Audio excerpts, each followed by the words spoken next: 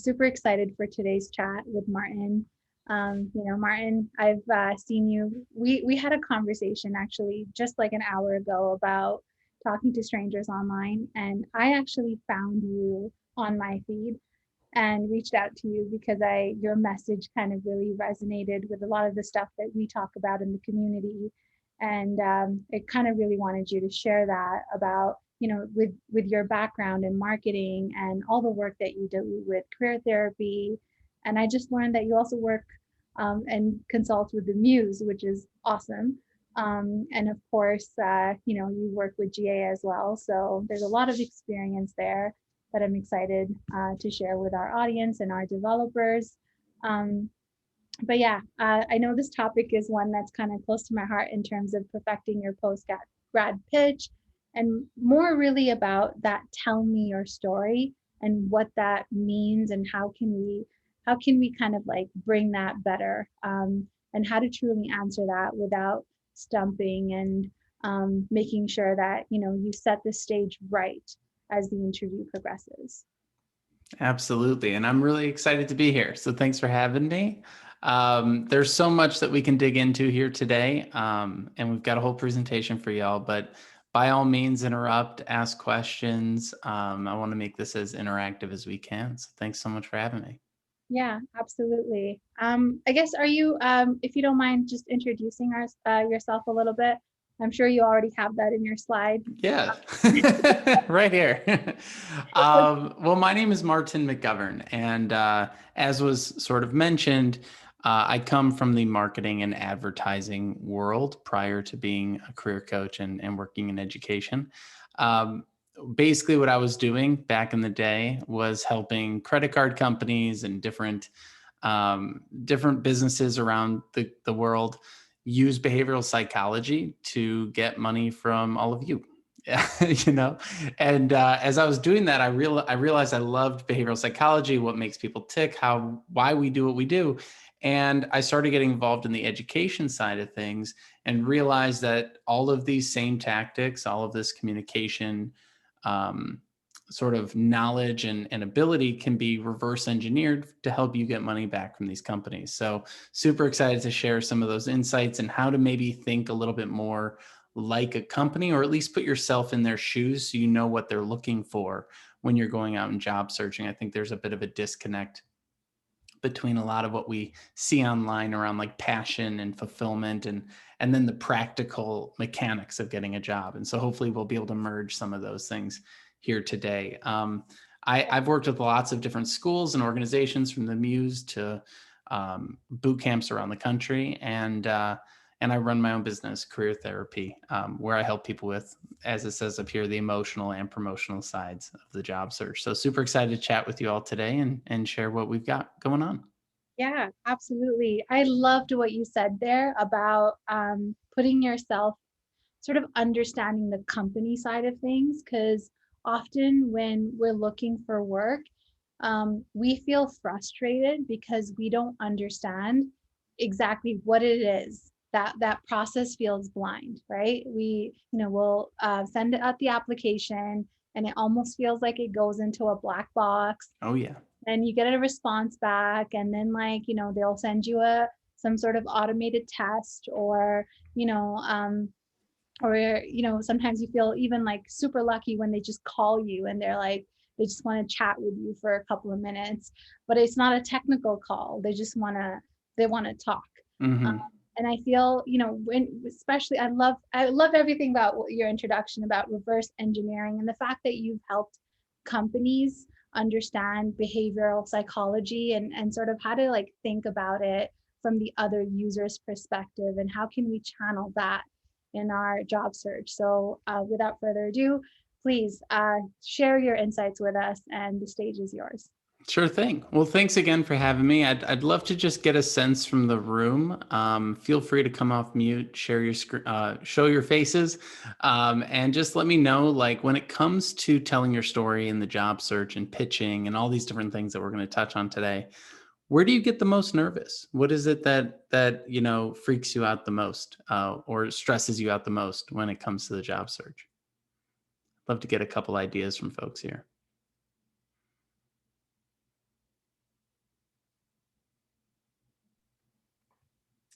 You said I can come off mute, right? So Yeah, yeah. okay, great. Yeah, I think one of the biggest things is like meeting the criteria. So I actually just finished the general assembly course for the software engineering, Hmm. and it's super intimidating to kind of look for a job when the requirements are, even for entry level, it's like 2 to 3 minimum years of experience, bachelor's or master's preferred in computer science, and just a wealth of just experience in all these other kind of languages and things like that. So, as someone new to applying for jobs, it's kind of scary because it's like, okay, how can I compete with that when especially when on LinkedIn you'll see hundreds of other applicants applying, so it can be discouraging. So I think that's the biggest issue, and I know a lot of people deal with that issue as well.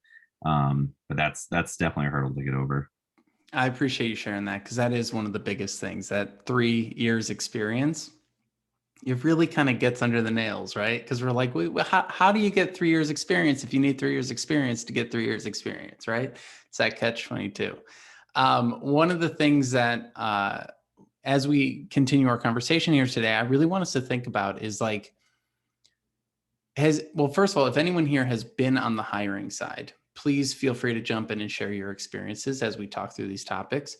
But if you haven't, just put yourself in the shoes of someone who is trying to put together a job description, who's trying to like, who is assigned by their boss at 5 p.m. the day before to put together a job description for this role, right? Maybe that person isn't even technical. Maybe they've never worked in that role. Maybe they're in HR, right? Maybe they don't know what the requirements are. So they go and they look at other job descriptions online, right? They maybe interview a few people in the company and say, what are you looking for? And everyone has a little bit something different that they're looking for, right? When a company writes a job description, what they're sort of putting together is like a dating profile where they're maybe over exaggerating a little bit what they want and what they need, right? If you were to ask someone, give me the list of all the attributes you want in your future partner, it's like, okay, well, how many of those attributes are you actually going to find in a real person, right? Probably only a percentage of them. So the first thing to think about is that a job board is an advertisement. It is 100% an advertisement, and advertisements are exaggerated. And so when you see 3 years experience, you can literally ask yourself, well, why would they say that? Right? Do they actually need someone with 3 years experience, which is sometimes the case? Or are they looking for someone who has the confidence of someone who has 3 years experience, right? Because the truth of the matter is that a lot of what they're trying to do is weed people out. You put all these requirements in there and it discourages people from applying. Could you imagine putting up a job description that said 0 years experience and you don't need to know any programming languages?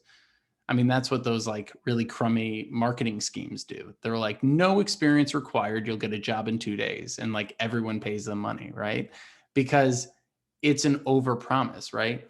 What they're trying to do is they're saying, if we say 3 years experience, it will eliminate anyone who's not confident enough to apply. That way, we only have to deal with the people who are confident enough to apply, and then we can start looking at other criteria. The other thing to remember about this is that the way companies hire is not through job boards primarily. The way companies hire is they say, who in our company can do this so we don't have to pay anyone extra? That's the first question they ask. And they go around the company and they try and find someone to do it. If they can't find someone, then they say, who in our company knows someone who could do this? And that's where there's referral bonuses and internal referrals and all these different things set up in order to get the best possible hire. If they can't find someone through that, then they go to recruiters and then they go to job boards. So you're already starting in the most competitive, difficult space, and then you're also giving yourself too much pressure to meet all the things in the job description. And so, I had someone who was like, well, I don't have these 3 things. And I looked at the listing and it said nice to haves or optional. And I'm like, you're disqualifying yourself for the optional things. Like, let's at least disqualify ourselves for the required things, right? So 3 years experience is literally just something that we need to ignore and apply anyway. If it is the title that you're interested in, and it's a company that you want to apply to, go for it. You really only need about 60% of what is listed in those advertisements. And then the rest is going to be the legwork of networking, a good resume, a good cover letter, things like that. I hope that touches on some of the concerns you have, and we can always, of course, come back around and go deeper throughout the conversation here. Yeah, it did. Thank you. Yeah, we have a couple things in the chat here. One is, what is the best way to market yourself as someone relatively new but seeking an entry-level developer position? The key here is to stop thinking about yourself as someone new. Oddly enough, we need to think of ourselves as someone with a certain set of skills, looking to apply those skills to a very specific problem that a company has. The company doesn't care so much about your entry-level new career transition status. They care about your understanding of their problem and ability to solve it, right? So the only question should be, how much should you get paid and how many hours should you work? And should you be paired with someone more experienced? It's not, can you do it or can you not, right? They care more about the potential than the experience. Now, that's not always the case. Some people care about experience, and honestly, they're going to get someone who has like 5 years experience, and that person's going to want a lot more money, or might be an a-hole, and that's like they're just going off their experience. Who knows what the thing is, right? There's a lot of issues that companies go through too. But the key thing here is the best way to market yourself is to stop thinking about the years of experience, which is what everything on the internet tells you to think about, but ignore it, and start thinking about, what is the way that my skills improve a business's bottom line? If you can communicate that, they will overlook your years of experience because they know that you care about making the company succeed. The big difference between people who get caught up in their experience and people that get caught up that actually get the job is that one group says, I understand the value of what I've learned and how to use it to build a business. And the other group goes, I've just learned things and I hope someone gives me a job, right? So if I were to ask you, how does your role impact the bottom line of the business? What would be your answer? And that's something we'll talk about today as well. Like for instance, I know as a career coach, the main things that I'm focused on is placement numbers, tracking student data, and creating really positive interactions with people so that they think highly of the organization as they're going through the roughest part of the process, which is the job search, right? So I need to kind of think about customer service. I need to think about placements, and I need to think about tracking. And if I can communicate that stuff, it's far more important than saying, I'm really good at listening. Listening is important, but it doesn't tie to the bottom line, right? So I'm seeing you nod a lot, Phil. What are your thoughts there? Yeah, just listening and agreeing with everything you're saying. Yeah, it all makes sense. Yeah, this is really helpful. Wonderful. So another question here is, one of the hurdles is personality questions. During the first interview round, I had someone ask what my thoughts were on Taylor Swift. Interesting. During the first round interview, I'm not a fan. And I was honest, but I'm like, uh-oh, maybe I should have lied. That is the oddest thing I've heard in a while. So interesting. If someone were to ask me my opinion on Taylor Swift, what I would say is she uses social media really well in building her business. Not because I actually care about Taylor Swift, but because I'm trying to signal to them that I understand how things play into building businesses. You don't need to run a business to understand how a business works. And what employers are looking for is, does this person understand why their role is valuable, right? And most people can't articulate it, right? So if you work in marketing or sales, it's pretty clear. Why is your role valuable? I let people know about the company and I try and sell them products, right? But if you're a UX person, what is the value you bring to a business? Does anyone have any ideas of what value a UX person brings to a business? What are your thoughts?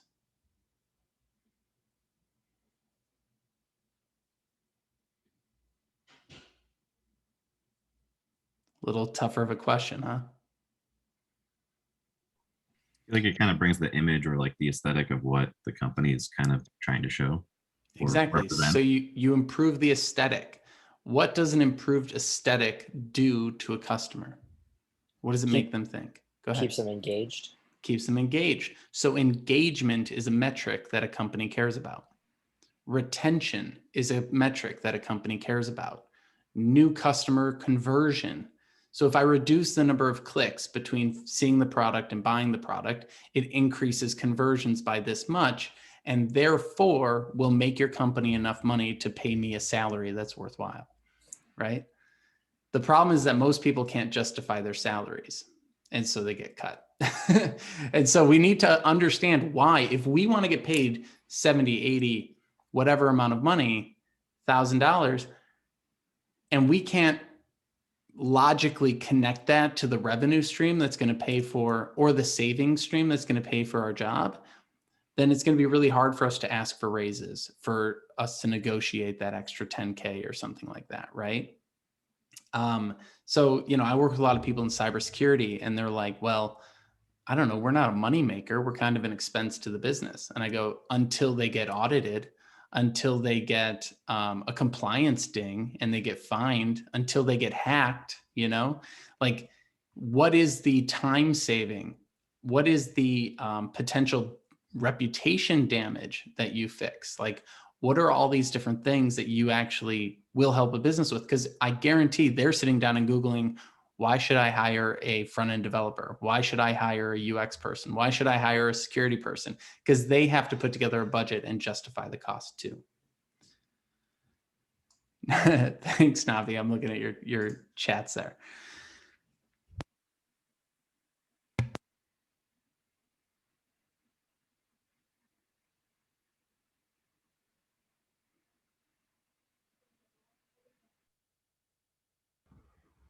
Martin, I don't think we can hear you anymore. My mute did not work. Can you hear me now? Yes. All right. So I'm going to jump into our presentation here. And again, feel free to interrupt me. I might speed through a few pieces just to keep us moving. But the key thing that I want to talk about here is we have 3 mindsets that I want you to think about as we go through this presentation. The first one is putting them first. All right. Too often the job search advice that's out there is all about you. The problem is the more we think about ourselves, the more we put ourselves under a microscope, the more our insecurities come to the forefront, and that pressure can build. I think people need to shift that focus off themselves sometimes. It's good to know what your values are, what your passions are, and know how that plays into your job. But if it's all about you, that means every rejection is all about you. That means every single salary dollar is all about you. Someone said to me, I just want to be paid what I'm worth. And I go, your salary should have nothing to do with your self-worth. That is not a thing that should be tied together mentally, like if you want to be healthy. So clearly there's some work to be done, right? And I think sometimes we get our identity a bit too tied up with some of this stuff, and that's okay.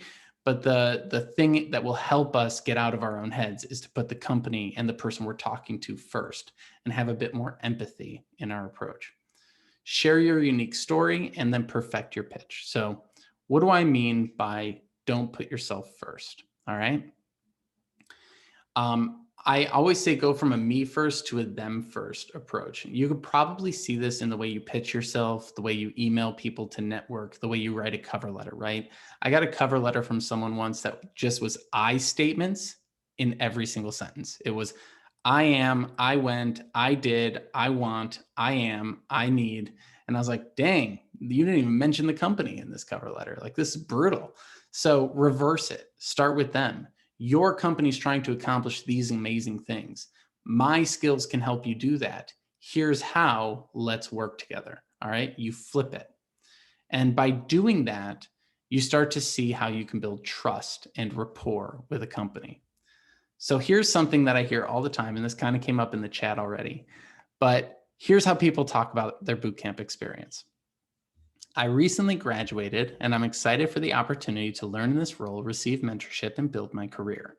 What do you think the company hears when you say that?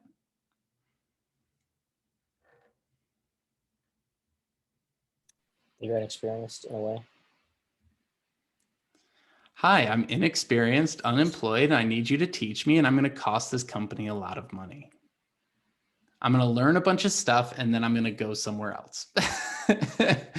You don't want to signal negative things to the company. What we want to say is, what do they care about? What are their goals? Why are they hiring? Do you even know why they're hiring for this role? Or are you just in there trying to sound impressive with a bunch of buzzwords, right? Put yourself in the shoes of the person that's hiring and say, what do they care about? And remember, people who are hiring are not infallible. All right. They are likely having this added to their plate of already too much to do, and they're not trained in hiring. And so a big thing that's going to happen is we're going to get our ego bruised throughout this process. We're going to go, I can't believe they didn't read my resume before they brought me in for the interview. I was sitting in there trying to explain to them my past, and they looked at me like they'd never even read my name before. And I always say, they probably haven't. They probably went to Google 10 minutes before this meeting, downloaded a list of interview questions, and ran to the meeting. And the reason they asked you the question, tell me about yourself, isn't because they're like playing some psychological game with you, but it's because they literally don't know how to start the conversation. So they're saying, can you kick this off? Because I'm stressed out right now. And then you can say to yourself, well, how do I want to start this conversation? Instead of how do I impress this person, right? How do I make them feel comfortable as I kick things off? How do I put things into context for them so that they're not trying to play catch up throughout this conversation? And we can really start, again, building that rapport and building that trust. So we've already sort of hit this. Funny that the Taylor Swift thing came up. Now I got a Taylor Swift slide. How interesting. But we don't want to make it all about me, right? We want to make it more about them. And these are the types of people you're going to come across: recruiters, hiring managers, CEOs, networking contacts. Each person's going to have their own incentives for helping, right? Some people, they just love to help. Some people, I've actually gotten a job once because someone said, I'm going to get you a job at my company because I want to get the referral bonus. Don't quit until you're there for 3 months. Otherwise, I lose my bonus. And if I lose my bonus, I can't go to Florida. And I really want to go to Florida. And I was like, okay, whatever. Yeah, sure. That works for me. Let's do it. Right. Everyone has their own incentives. Recruiters are incentivized not by job seekers, but by the commission they're going to get from a company. So they're less inclined to help entry-level people because entry-level people have tougher stories to tell and get paid less. So smaller commissions, more effort. Whereas they would probably more likely help people who are more senior, who have easier stories to tell and make more money, right? So when you're talking to a recruiter and they're not helping you and they ghost you, well, I guess that makes sense, right? Because I'm not exactly some big fish that they're going to make a ton of money off of. So it helps us be less offended, less stressed out, less ego bruised as we go through all of this. And really think about what the ROI of your role is. You don't need to know specifically, right? You don't need to know every mechanic, but generally, what does this contribute to? New customers, retention of customers, improvement of customer experience, cost savings, training. What are the things, even employee retention? Like, what are all the different things that I'm contributing to? And how do you find out what they really need? You can literally just Google it. Why should I hire a business analyst? Why should I hire a developer? Why should I hire a, whatever? Why should I hire a career coach? Go look at the 10 different websites that have the explanations as to why. Copy and paste the things you like the most and put them on your website and put them on your resume. Like, you can utilize this information. It's all out there, right? They will literally give you bulleted lists of the reasons companies hire. And then when you're in the interview and they say, well, why do you want to work here? Well, I love solving this kind of problem and that kind of problem and this kind of problem.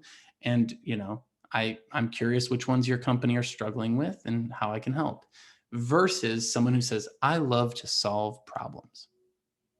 Okay, what kinds of problems? Do you want to walk my dog? Because that's a problem. No, I want to do development problems. Okay, well, why development problems? Which kind of development problems? Being specific is important. All right. I'm going to pause there. Any questions on what we've talked about so far?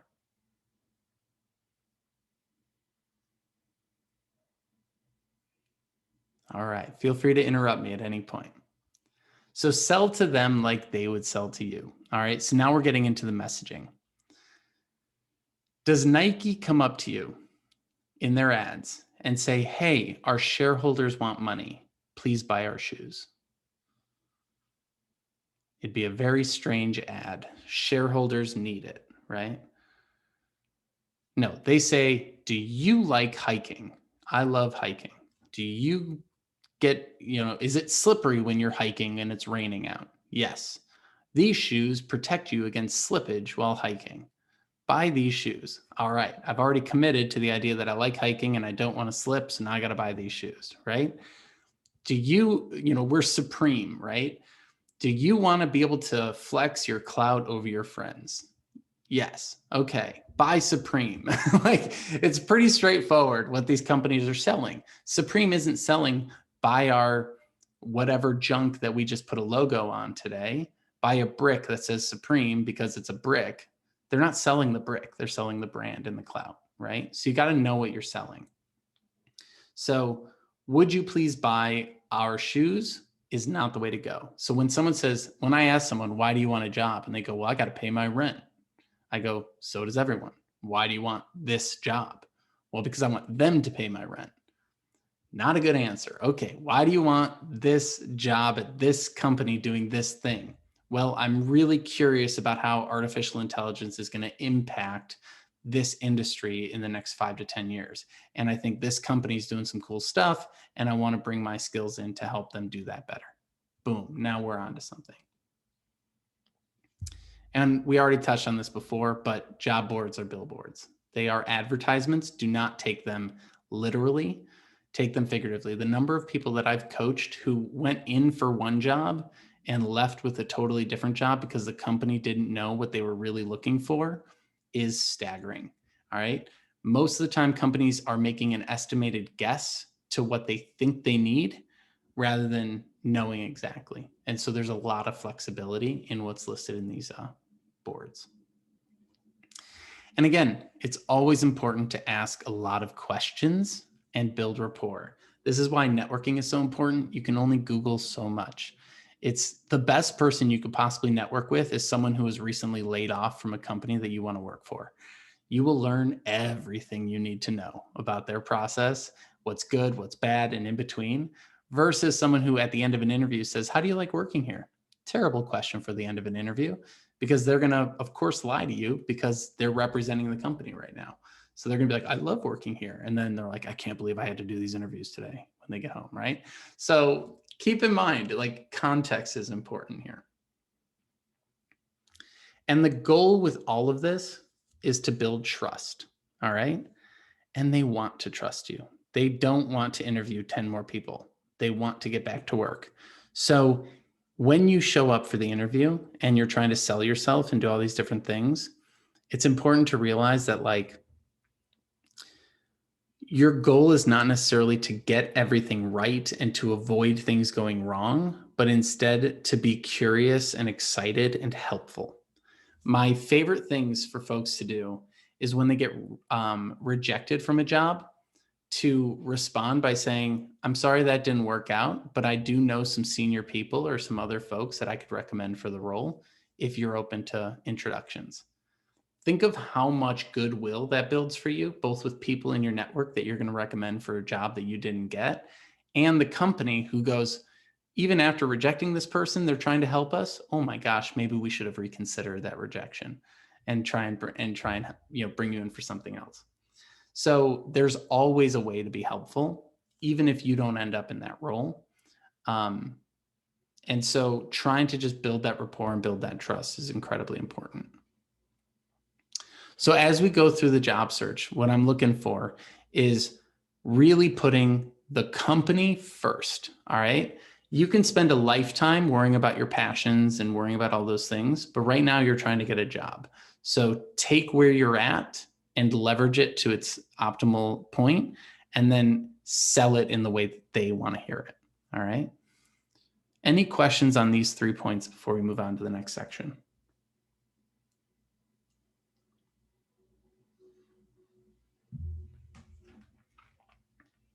Cool. Just checking on time here real quick. All right, got some time. Good. So the next piece here is your story. Has anyone been on an interview yet recently? No interviews recently? When you're practicing for interviews, do you feel like you need to have a unique story for every question that comes up? What are maybe an example of a question or two that stresses you out? The greatest weakness one, for one. The weakness one. Yeah. Okay. I love that one. So when a company is asking you questions during an interview, there's a few things to keep in mind. The first thing, as we already mentioned, is that they want you to succeed because they want to stop interviewing people because it costs a lot of money to interview people and it's a drain on the business. Now, they might want to not interview people and then still have to do it forever because the company's inefficient, but that's a whole different thing. So when we're answering questions in an interview, there's multiple things that we're trying to do. The first one is to build trust and rapport. The second one is to ask good questions. And the third one is to showcase our values. So when someone says, what are your strengths and weaknesses? We always are trying to answer these specific words that they're using, which is not necessarily the right way to go. What we want to do is get to the heart of what they're trying to hear. All right. This is the whole putting yourself in their shoes thing. So when someone says, tell me your strengths and weaknesses, what job seekers hear is, what is my biggest insecurity and what is my humble strength? And so people will say things like, I really like to get into the weeds and I love to solve problems. And it's like, okay, what kinds of problems? Too vague, right? And then the weakness that they share is, I procrastinate. And my answer to that is, who doesn't? Like, whether you're procrastinating on work or you're procrastinating on working out, or you're procrastinating on eating well, or you're procrastinating something in your relationship, everyone's procrastinating something, okay? So it doesn't help me as a hiring person. So again, when you put yourself in their shoes, you get to ask the question, they're asking me a stupid question from a stupid list on the internet. What would be a good answer to a stupid question, right? We don't want to give a stupid answer to a stupid question because then it's just a bunch of, nonsense jargon in an interview, right? So we want to say, well, why are they asking me this? Maybe they don't even know why they're asking us this, but we can make some assumptions. They're trying to build a team and they're trying to figure out where you fit on the team. And part of figuring out where you fit on the team is knowing what things to assign to you and what things to assign to other people on the team. All right. So if I'm asking your strengths and weaknesses, what I'm really asking you is, what things should I assign you and what things should I not assign you? All right. So if you're really good at data analysis, but you hate giving presentations and public speaking, your strength is data analysis. And here's an example of a time that I've put together a really great analysis of data. And your weakness is public speaking. And here's a time that you were told to present in front of a room of people, maybe at Toastmasters, and you got through it, but you didn't love it. And it's always better to have someone who's a bit more extroverted do that, and you can support them by giving them all the data they need to have a great presentation. All right. So please give me this as 80% of my job. That's my strength. Please limit this to 20% of my job. And that's my weakness. So for me personally, please give me every student who's having an emotional crisis. I'm so good at that. If someone's crying, if someone's freaking out, send them to me. Please don't have me do predictive models off of data. I've been asked to do that. I've been asked to predict when someone will get a job based on their job search activities. And I'm just not a mathematician like that. I can track things. I can hand that over to the data people, but please don't make me do the actual math. So for me, I need to be clear about that because I've been in roles where I wasn't. And all of a sudden I found 50% of my job was working in spreadsheets. And I was like, this is definitely not the right role for me, right? So think back through old jobs. What are the things that do matter or that you do want to spend your time on, and what are the things you don't, and make that your strengths and weaknesses rather than something from your insecurity. All right. And this plays into those stories, right? It's trying to let them know what you can do, what you've learned about yourself. Has anyone here heard the STAR method in storytelling? Situation, task, action, result. So you want to be specific and you want to tell specific stories. That's how you're going to be able to answer questions. And the key thing that the STAR method loses is the learning. So I did this and I learned this, and the learning is what you're going to take into the next role. So I always put an L at the end, the STARL, terrible acronym, but STARL method. All right. So I was at this place, situation. I had this problem, task. I took this action. I got this result. And what I learned from that experience is that in the future, I need to be thinking about these things when starting new projects. And I'm curious how that might play into this role. What are your thoughts? Now you're building rapport. Now you're building trust. Now you're showing your curiosity and your excitement. Okay. And again, we're not trying to get every answer right. We're trying to create a good tone in the interview and build a good rapport in the interview. And you can get things wrong, but still succeed in the interview all the time, right? Tell me about a time you've worked with X technology. Well, I haven't worked with X technology. Dead silence, awkward interview answer, right? Tell me about a time you worked with this technology. Well, I haven't worked with that technology specifically, but I've worked with these ones. And based on my knowledge of those, I could get up and running in 3 to 5 weeks. How essential is that technology to this role, and what are you trying to do with it? So I could better understand what I need to be learning before we start on day one. See the difference in those answers, even though they're essentially the same. So when we're telling our stories, you really only need about 4 to 5 good stories to tell in an interview. And then you just tell them from different perspectives. So here's my story of a time that I worked on this project. If they ask me, tell me a time you showed leadership question, I'm going to tell the leadership part of that story. If they tell me about a time that you struggled with a coworker, I'm going to narrow in on that coworker struggle. If they ask me a strength and a weakness, I might say, here's my strength. An example of that is something from this project that I worked on, right? Every project has about 10 stories in it, right? I could tell the story about the time that I stepped up in a leadership position, and I could never mention the conflicts that I had on the team while doing that. But if you ask me a follow-up question about a conflict, I could say, well, while I was stepping up into that leadership role, me and this one person had a bit of a tough time navigating that transition. And here's what happened, right?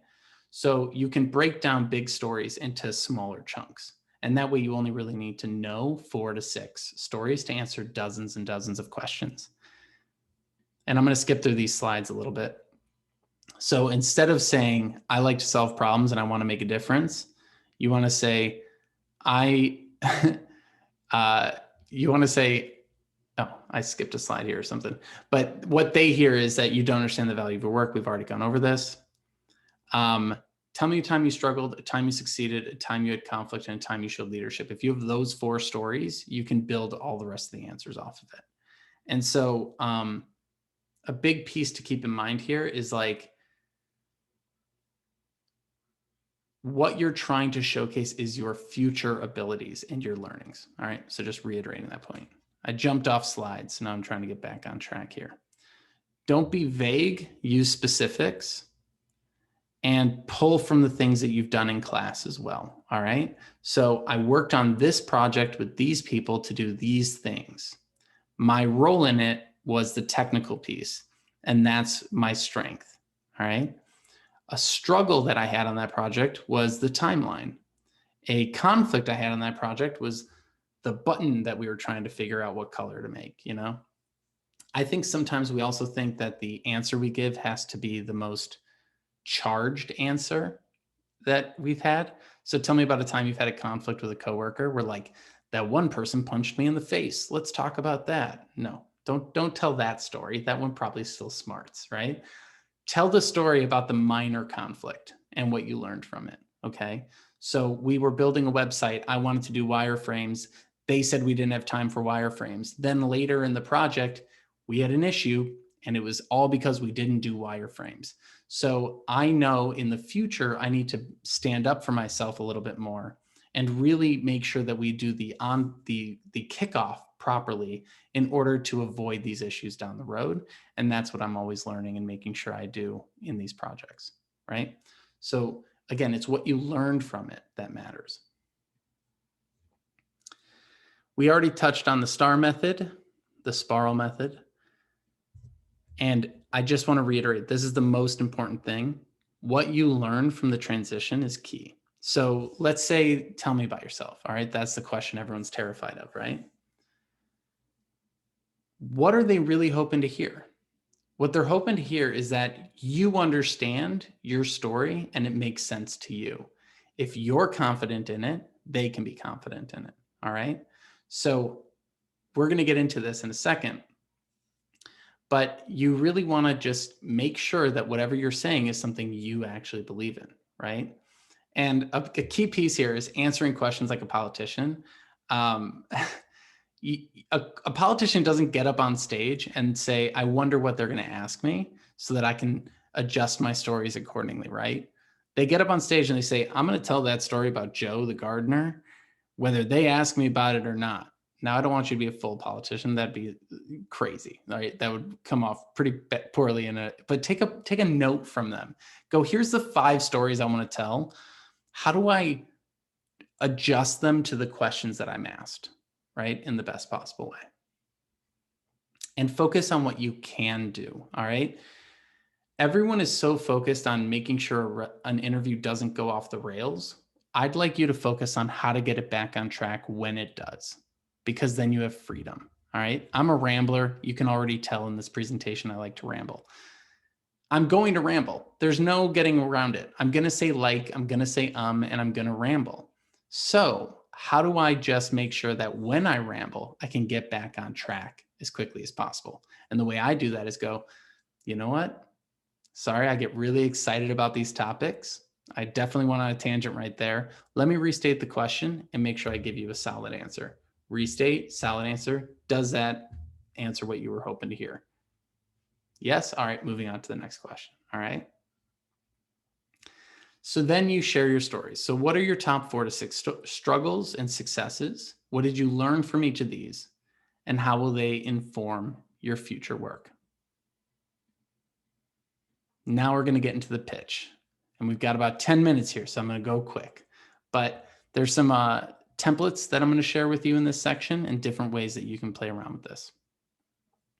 So what do you think you shouldn't say in your pitch?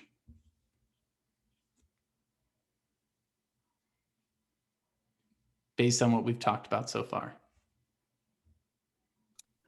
That you're a beginner, that you're really looking to learn, that you're inexperienced, and that you're hoping to be, mentored in this role. Rather like finding ways to kind of market, the experience in other fields that might be relevant, that could help you and help that company. You're 100% right. 100% right. And we want to focus on the positive changes that we're making in our lives, not the negatives that are driving some of those changes.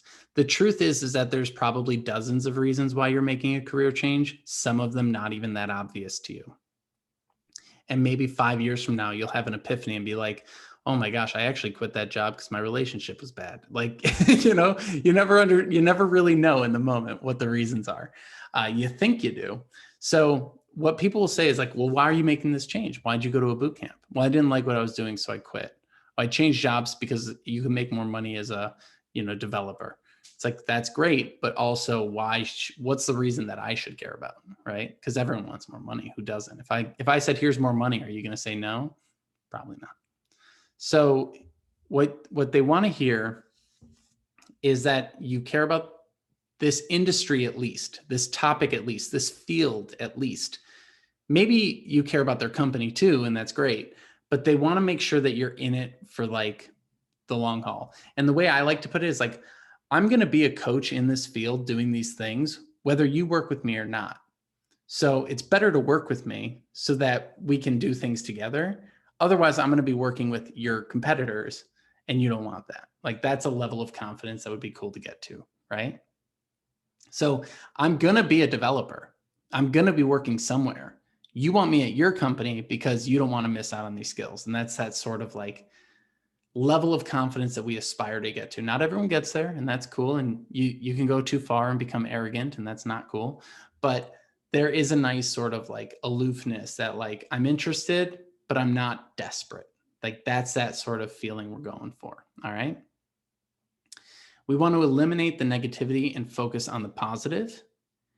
And we want to incorporate our past into our future. So when I introduced myself to you all, I didn't ignore my background in marketing and advertising.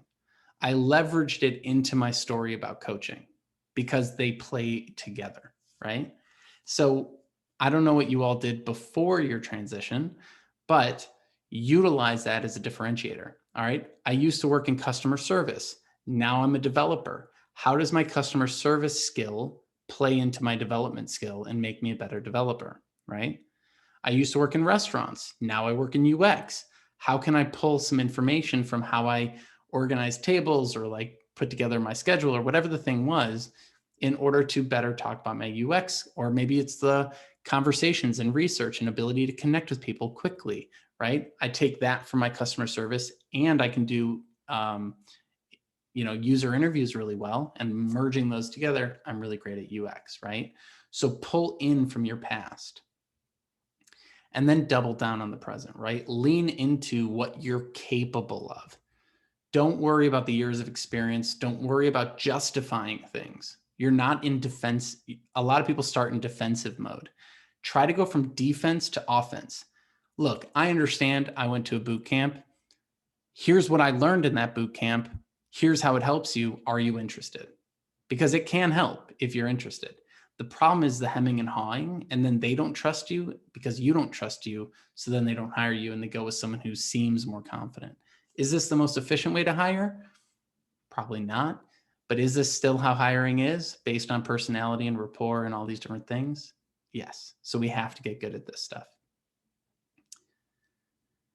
And project yourself into the future. So what I'm trying to do here is help you answer the tell me about yourself question. Here's what I did. Here's what I learned about myself doing that. Remember the learnings. I did this. I learned this. I now do this. I learned this. And here's how it helps you. All right. So again, using myself as an example, I worked in marketing. I learned I love behavioral science, behavioral psychology, and what makes people act the way they do. I applied that to the education space, which is why I'm now a coach, helping people market their skills instead of helping credit card companies get you to spend more on your interest rates, right? So same skill set applied differently makes my 5 to 10, whatever, how long have I been doing this? 5 to 7 years experience into 15, all right? Because it all builds on itself instead of, oh, well, I quit marketing and had to start everything from scratch and I don't want to talk about it. Please don't ever bring it up. Like that would be so awkward and so weird. So here's a really simple pitch template for you as we wrap up our call. Merging a background in my previous work or previous education with my current work, I help companies accomplish these goals. Puts your background into your story, puts the focus on what your skills are today, and ties it to what they care about in the future. All right. So I think we have a minute or two. We do. Perfect. Try and put this together in the chat and share your version of the pitch in the chat if you can. I'll give you maybe 2 or 3 minutes here. So if you're truly stuck, let me know, and I'm happy to help guide it as we chat through it. For anyone who needs an example, merging a background in customer service and web development, I help companies create amazing experiences for their users online. Now we can make that even more specific and talk about retention or talk about different things like that if we want, but this is the most high level version.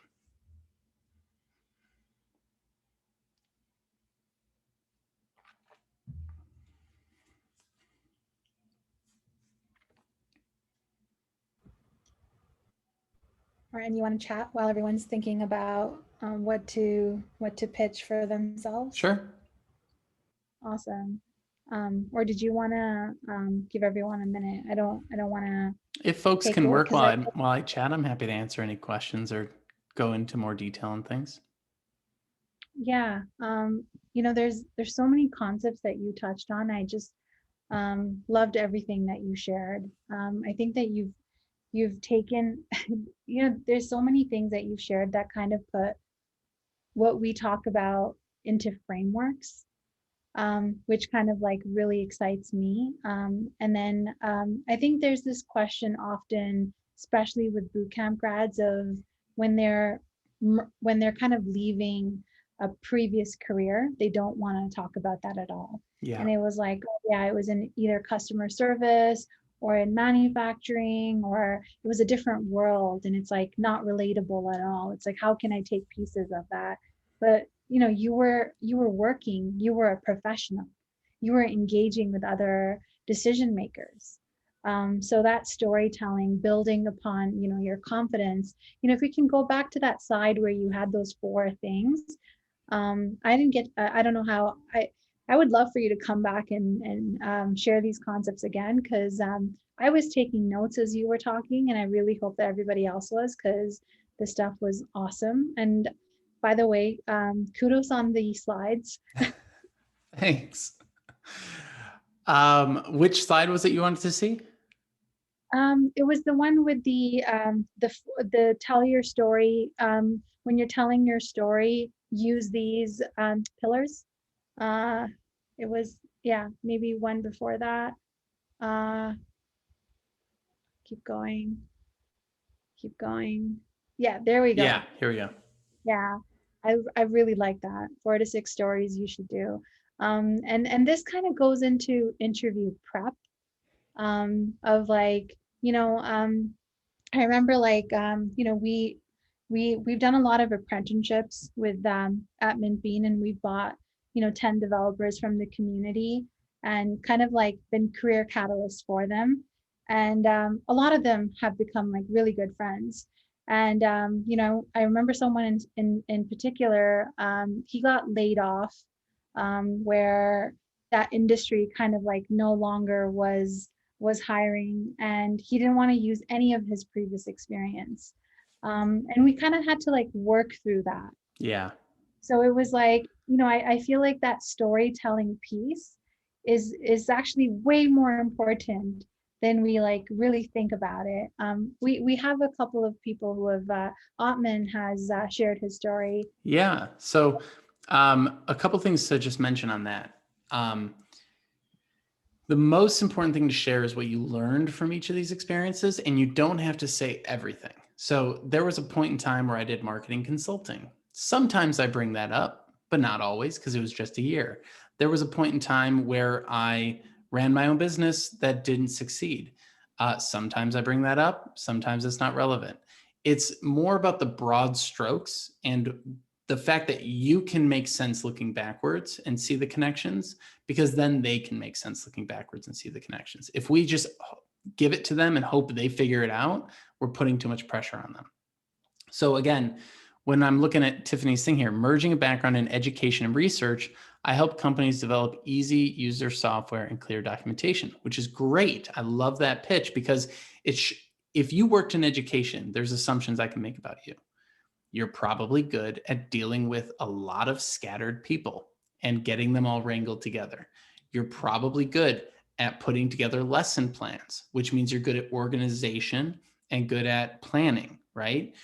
There's so much that I can pull from that I would not get if you just ignored it. Because everyone has assumptions, and everyone's worked in these roles too, right? Everyone's been in a customer service role of some sort, so they can empathize with it too. And I had a client once, and he ended up not really wanting to go deeper into it, which is unfortunate because he was very introverted, but he was a professional poker player for 4 years, and he didn't want to talk about it. And his resume just had a 4-year gap that made no sense. And I was like, what's worse, showing up to an interview and being a man of mystery who refuses to mention what happened in 2012, or to be someone who's like, I learned how to play poker professionally, and now I'm a data analyst, and those two things are actually very related.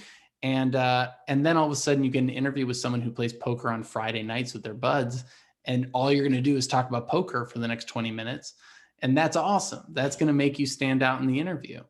My earliest interviews right out of college, I put that I was in a ska band on my resume. And every single interview, they asked me about my ska band. Was it a good ska band? Not particularly. Was it embarrassing? Very much so. I was the lead singer of a ska band. That's embarrassing.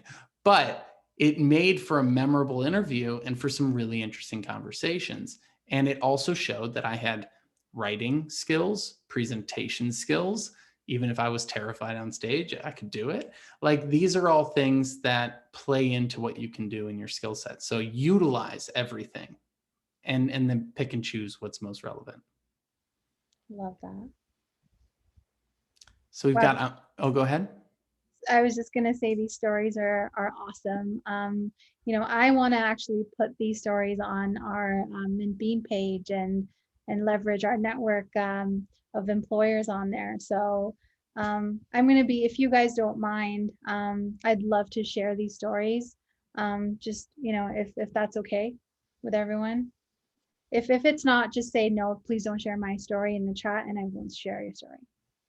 I just wanted to say that. For sure.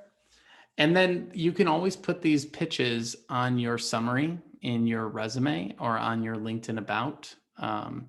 And I would use it as like a very, very simple baseline to start thinking about how to answer questions. Like, if you're at a networking event and someone says, hey, what's your deal? Right? Oh, well, you know, I'm merging a background in these two things and I'm here because I'm interested in these topics, and like riff off of it. Like, you'll sound like a robot until you get comfortable, and then it'll get better. Like, I used to do the start with why thing, and it was like way over the top and kind of embarrassing for a few years. But now I kind of found my rhythm and I can introduce myself to pretty much anyone, and it's a lot nicer. So use this all, like, use the templates until you don't need them. But yeah, they are going to feel a bit robotic, just a heads up. So just to sum up that pitch piece, how did you get here? What do you do? And how does it help me? All right, the hiring person. Any final questions before we wrap today? There's a question from Phil. This is a really good one. Do you think adding a cover story, the video that goes over your profile pic on LinkedIn with a short 30-second just elevator pitch is worthwhile? It's a great question. Probably not going to move the needle a ton. I have one up there and I keep forgetting I have it up there, and then it scares me like a Harry Potter picture every time I see it.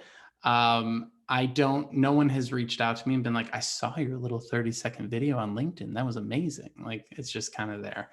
Maybe it helps 1%, but it will not help the way networking will, or the way volunteering for things will, or the way sitting down and just convincing yourself you're capable of doing this job will. Like, if you don't believe you, how will anyone else, right?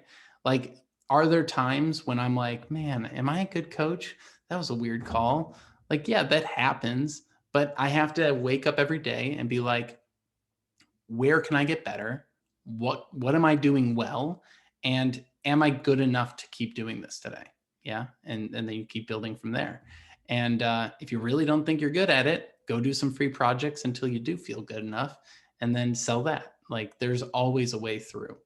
Oh, I see another question about gaps on your resume. It's becoming less of an issue. I'm noticing it comes up less and less in like actual interviews where they like grill you on it. I think people are getting that there's, especially with the pandemic and the layoffs and the furloughs, like, everyone has a gap now. Like, there's a gap. The only people that don't have gaps are people like me who start businesses and let the businesses fill the gaps. Like, I always say, if you have a gap that's growing, start a project, start your freelancing business, do something to like stop it from growing. But if you've been in a boot camp, that's not a gap. That's education. If you've been volunteering somewhere, that's not a gap. That's volunteering. So I think also give yourself credit for all the things you are doing, and talk about that in if it comes up. Sorry, do you mind if I actually ask it before you move on? Yeah. That's a good point to ask, and I just want to see what your opinion is on.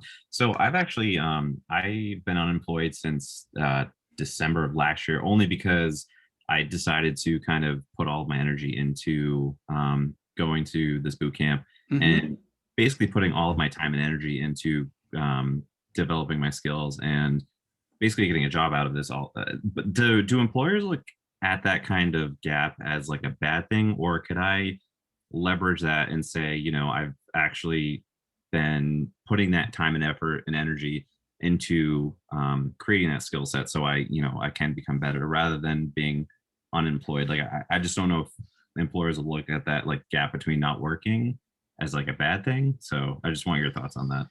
It really depends on the employer at this point. But I would just say, well, it depends on two things. It depends on the employer and it depends on how you talk about it. If you talk about it sort of like staring at the ground, not wanting to talk about it, then it's very bad, right? The same way as like a mom trying to get back into the workforce after raising their kids, right? There's multiple ways to answer that question. What have you been doing the past 5 years? Nothing. I'm just trying to get back into the work. I've been out of work and I'm trying to get back in. Terrible answer, right? Great answer would be something along the lines of, well, I've been raising my family and it's really helped me like hone my scheduling skills and my skills of empathy and my ability to communicate and get involved in parental things and so on and so forth. And now I want to bring all of that plus my previous years of experience in the corporate world back together in order to bring value to these kinds of companies and do these kinds of things. In the case that you're talking about of like a gap that's building, will companies treat it with as much weight as a full-time job? Probably not. But what does that mean? I feel like we always think that it's binary. It's either good or bad. It's not really either. It's just more so, how are you talking about it?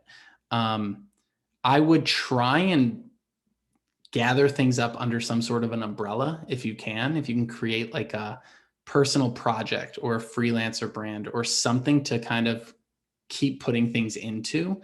That sort of helps unify it in a way. And that might help you talk about it. It's like, well, for the past 6 months, I've been really focused on learning and development. So I kind of put it all under this sort of project of breaking into whatever. And what I've been doing is strategically meeting people in the field, volunteering for these things, taking these classes, building these projects. Here's some examples of what I've done. And what I've learned from this is X, Y, and Z, which I'm excited to bring to your company. So again, it's like, have you worked with this technology? You could say yes or no and just leave silence.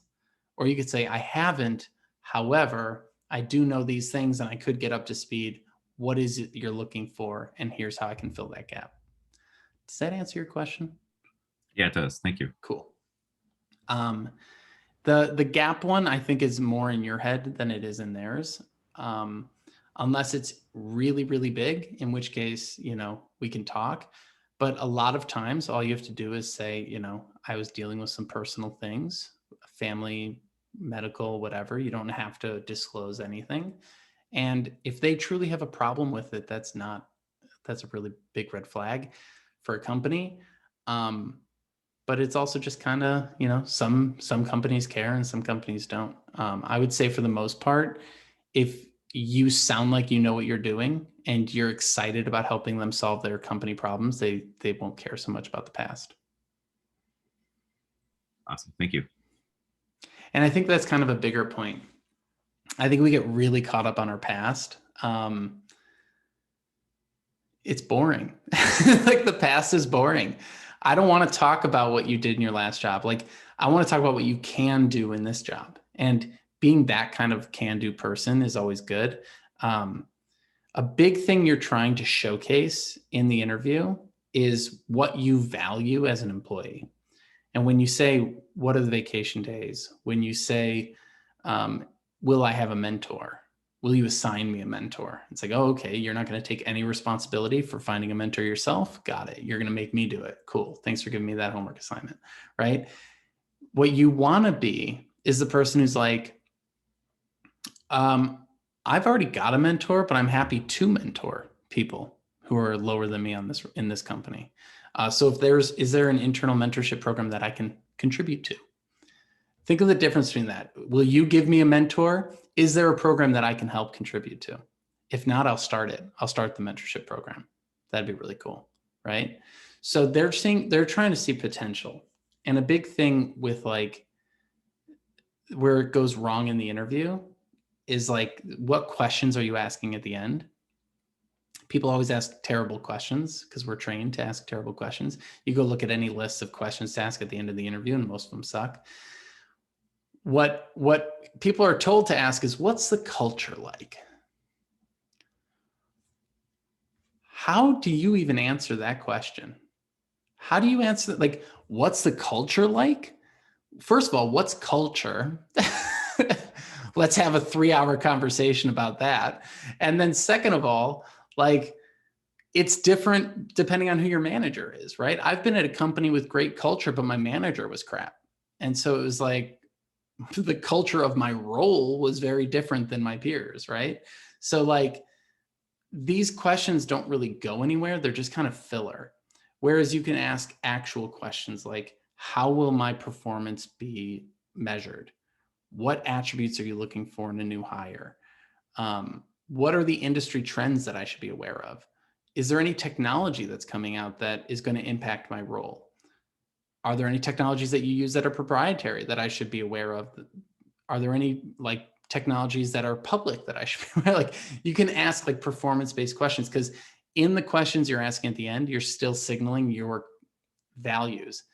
And they want to know that you care about what they care about, which is high performance and hitting KPIs and all the things that they're going to be ranked on, right? What do they say? If you make your manager look good, they'll make you look good, kind of a thing. I don't know how true that is, but it's definitely a mindset to think about during the interview. What are the most important cultural values of the company? You can definitely ask questions like that. I just find that I never get honest answers. I don't want to get answers that don't mean anything to me. Like maybe I'm a little cynical at this point, but I'm like, every company has kind of shitty culture and I don't care. Like, like your company is just a company. Like I'm taking you off the pedestal. Like you think you're up here. First of all, the number of tech companies that want to change the world, I'm like, how about you build a good product first and then we can talk about changing the world? How about you like answer my customer service call in less than 7 hours and maybe we can talk about changing the world. All right. Like your company is terrible and that's why you're trying to hire me because you have problems that need to be fixed. If you were a perfect company, you wouldn't be hiring right now. So maybe we should talk about that. Like, what are your problems? I care about your problems. I don't care about what you're succeeding at. I don't care about what your mission statement is. I don't care about the $10,000 value statement that's posted on the wall that you make people recite at the beginning of meetings, because I've been at companies where they have been all about values until the shareholders needed more money. And then the whole company shifted. And then everyone got really angry in the comments of Slack about the values of the company changing. And then everyone quit. And I was like, you know what? Put that to the side. Can I do this? And can I get good results? Let's start there. And then if I really enjoy it, we can talk about improving the culture. Because the truth of the matter is that the culture is whatever you bring to it, right? If you're a shy introvert who doesn't talk to anyone, it doesn't matter what the culture is. If you're an extrovert who stomps over everyone, it doesn't matter what the culture is. What matters is how will you respond to the changes in culture over time, because no company is static, right? I had someone who was obsessed with working at Disney for this one specific person. We got them the job at Disney. A week after they started, that person quit and went to another company. Culture change, 1 week in, right? So their whole point was, I want to work with this person. And now they're at a company. Well, I mean, it's Disney, so like no harm, no foul, but you get my point. I'll get off my soapbox. That was my little rant of the day. Any thoughts, any final questions before we wrap?